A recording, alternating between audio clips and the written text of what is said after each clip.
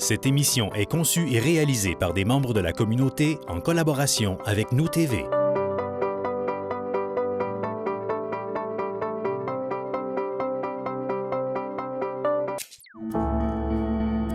Cette émission vous est présentée en partenariat avec la Société d'histoire du Lac-Saint-Jean, dont les services mettent en valeur le patrimoine et le territoire dans une perspective d'apprentissage collectif. Bonne émission! Mémoire de lieu est rendu possible grâce à la participation financière de la résidence funéraire Lac-Saint-Jean, propriété exclusive des gens du milieu qui accompagne et soutient les familles des gens endeuillés depuis plus de 3 décennies avec respect et compassion.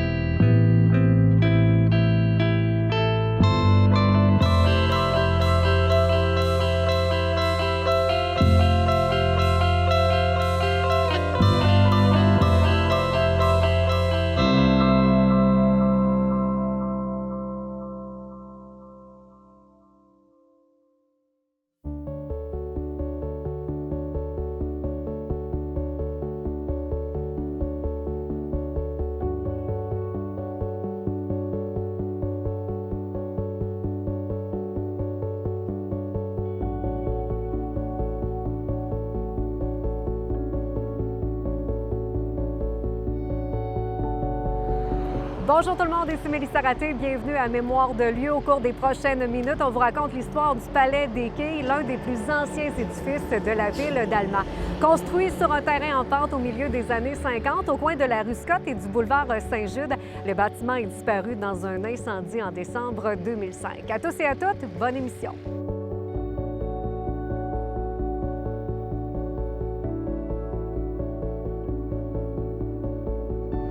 À mes côtés, Dominique Poirat, architecte à la Société d'histoire du Lac-Saint-Jean. Dominique, merci beaucoup d'être avec nous. Comment ça va? Ça va très bien. Merci aussi de la belle invitation. Bien, ça nous fait plaisir. Dominique, parlons-en justement des quilles parce qu'on le sait que ça a été très populaire dans les années 50 et 60 au Québec. On peut penser également à cette émission de télévision, là. C'était presque aussi religieux que les matchs de hockey. Et parlons-en de cette petite histoire de bowling. Ça remonte même aussi loin que l'Égypte ancienne. Bien oui, ça remonte. J'en ai même appris aussi. Moi, en Grèce, puis en Égypte, on joue au bowling. Les quilles, je pense que c'était le 9 quilles, le jeu à 9 quilles. Bien, puis finalement, bien, ça a évolué. Puis si on revient plus tôt dans l'histoire, bien, aux États-Unis, bien, c'était super populaire là, sur la côte est américaine. Tellement populaire qu'on faisait beaucoup de paris. Puis qui dit Paris, il devait avoir aussi des faillites dans la classe populaire. C'était beaucoup les familles ouvrières qui jouaient au bowling, au quilles. Puis on a changé, finalement, on a interdit le jeu pour empêcher justement les faillites. Puis bien, c'est là qu'on a inventé le jeu des 10 quilles pour contourner le fameux règlement qui empêchait les gens de jouer aux 9 quilles. Si on parle au Québec aussi, avec la fameuse émission L'heure des quilles, le dimanche soir, en tout cas, moi, je suis de cette génération-là qui regardait de temps en temps L'heure des quilles avec mes parents. Ça a créé un engouement chez les Québécois. Fin des années 50 jusqu'aux années 78. Amateurs du jeu de quilles, vous avez rendez-vous chaque semaine à la télévision de Radio-Canada. Vous pouvez alors suivre les matchs palpitants que se livrent les meilleurs quilleurs de chez nous. Ça a contribué vraiment à multiplier les joueurs et les salles de quilles là, un petit peu partout au Québec. Puis il faut dire aussi que c'était pas cher jouer aux quilles. Jouer aux quilles, ça coûtait 3 sous de la partie. Pour un chip, l'équivalent d'un chip et une liqueur, bien, on pouvait se taper une belle partie de quilles. Trouvez-en des activités qui coûtent ce prix-là aujourd'hui. Là. C'est assez rare, merci. Ah oui, c'est ça. Dominique, on se retrouve coin Saint-Jude et Scott parce que c'est ici que tout a commencé pour le Palais des Quilles. Construction sur ce terrain en pente en 1954. Bien oui, c'était le projet initial de François Sénécal, qui, lui, bien, voulait construire un cinéma puis une salle de quilles. Mais entre-temps, ses plans ont changé. Il a vendu ses plans, son chantier à Lorenzo Rossignol. Lui était propriétaire du Théâtre canadien sur la côte de Caen. Oui, un petit peu plus haut. Oui, qui a été construit en 1946. Puis, c'est M. Rossignol, Lorenzo Rossignol, qui a fini le chantier, qui l'a inauguré en 1956, fin 1956.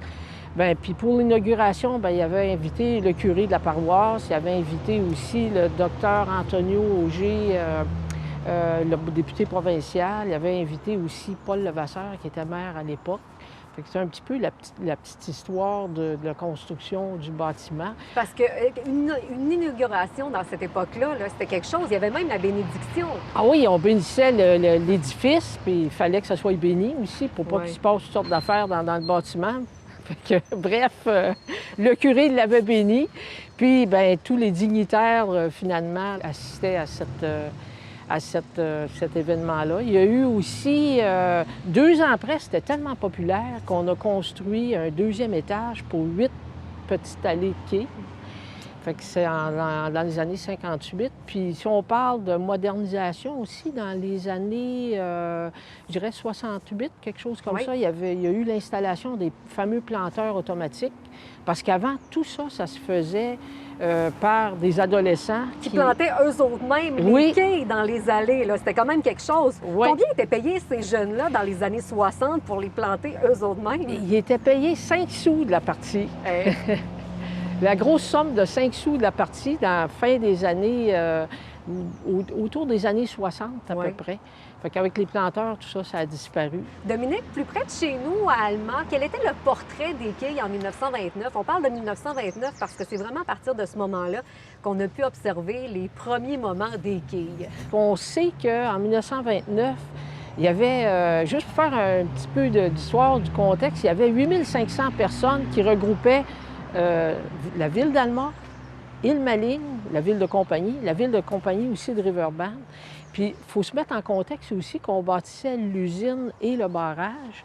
Donc, il y avait des travailleurs de l'extérieur, puis il fallait occuper tout ce monde-là. Les gens travaillaient fort, mais il y avait aussi des loisirs. Puis, il y avait quand même pas mal de commerces à Alma. Il y avait des restaurants, plusieurs restaurants, une quinzaine, 6 salles de billard, plusieurs épiceries, plusieurs magasins généraux. Puis, il y avait la fameuse salle de quilles au centre-ville à Alma qui faisait que, les gens pouvaient jouer au quilles. Après ça, on peut se reporter en 1900, dans les années 40. Là, on se retrouve au sous-sol de la Maison des bâtisseurs, qui était l'ancien hôtel de ville d'Île-Maligne. Imagine-toi donc qu'il y avait je l'ai appris, il y avait une salle de quilles, là, qui était gérée par les chevaliers de Colomb. Puis on jouait aux petites quilles et aux grosses quilles aussi. Puis une petite anecdote que j'ai relevée aussi, c'est que les femmes pouvaient jouer le dimanche soir. En 1953, on a procédé à l'inauguration de la même salle, toujours gérée par les chevaliers de Colomb. Ensuite, on pourrait dire un autre événement majeur dans l'histoire des quilles à Alma, il y a eu un fameux marathon où on a battu un record mondial des quilles. Parce qu'en 1959, on avait battu un à Montréal, la métropole, par 2 Montréalais, 242 parties en ligne. Hey, ça en fait, là, des parties, là. Ça fait de la partie en ligne, ça. Mais les 2 Robert Valois sont venus... Il y a 2 Robert Valois, ça se dit mal, ça, qui ont lancé le défi. Puis eux, ont joué 343 parties en ligne du samedi 1h d'après-midi au dimanche 3h.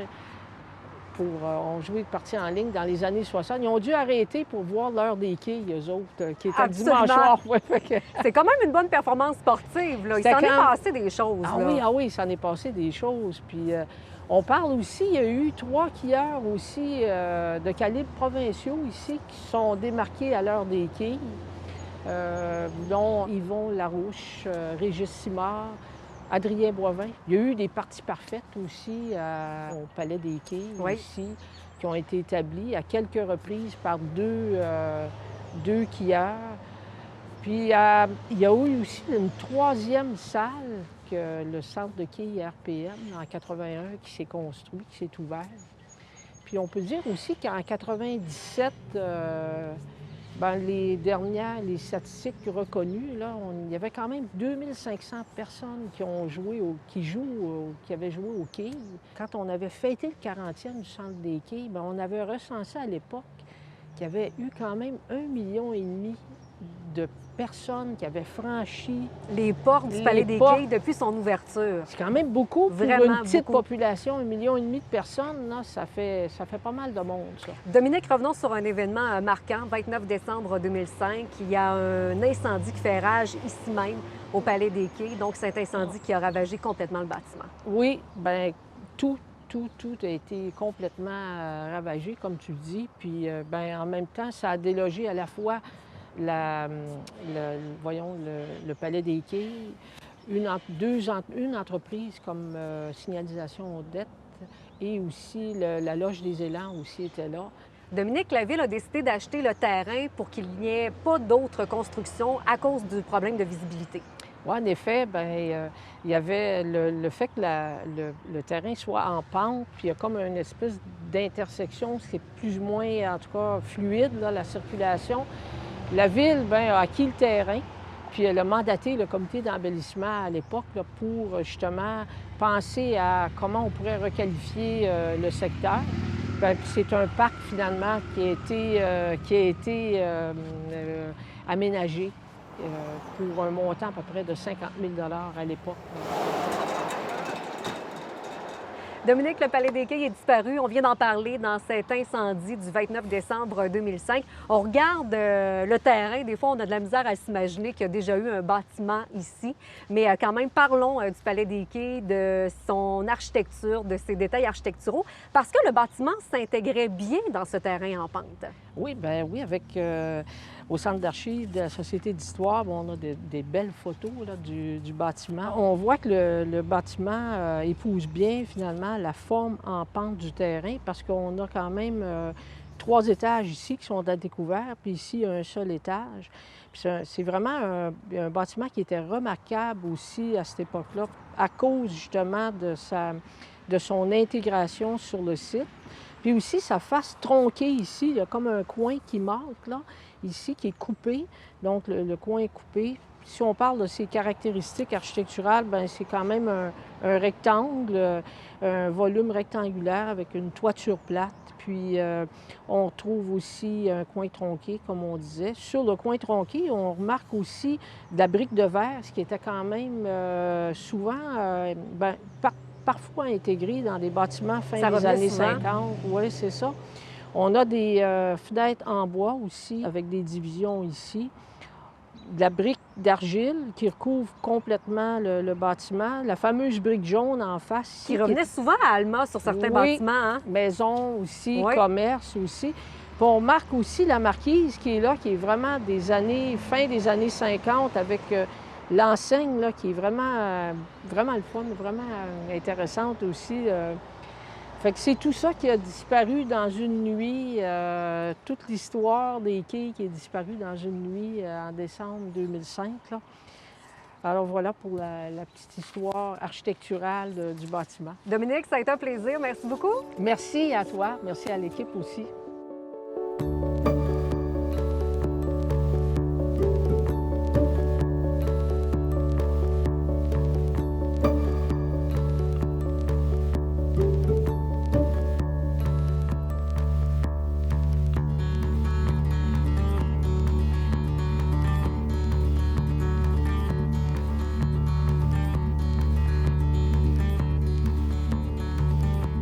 L'expertise et le leadership de la Société d'histoire du Lac-Saint-Jean permettent à la collectivité de bâtir son avenir en intégrant son patrimoine et sa culture. La Société d'histoire du Lac-Saint-Jean est fière de vous avoir présenté l'émission Mémoire de lieu. La résidence funéraire Lac-Saint-Jean, propriété exclusive des gens du milieu, qui accompagne et soutient les familles des gens endeuillés depuis plus de 3 décennies, avec respect et compassion, est fière de vous avoir présenté Mémoire de lieu.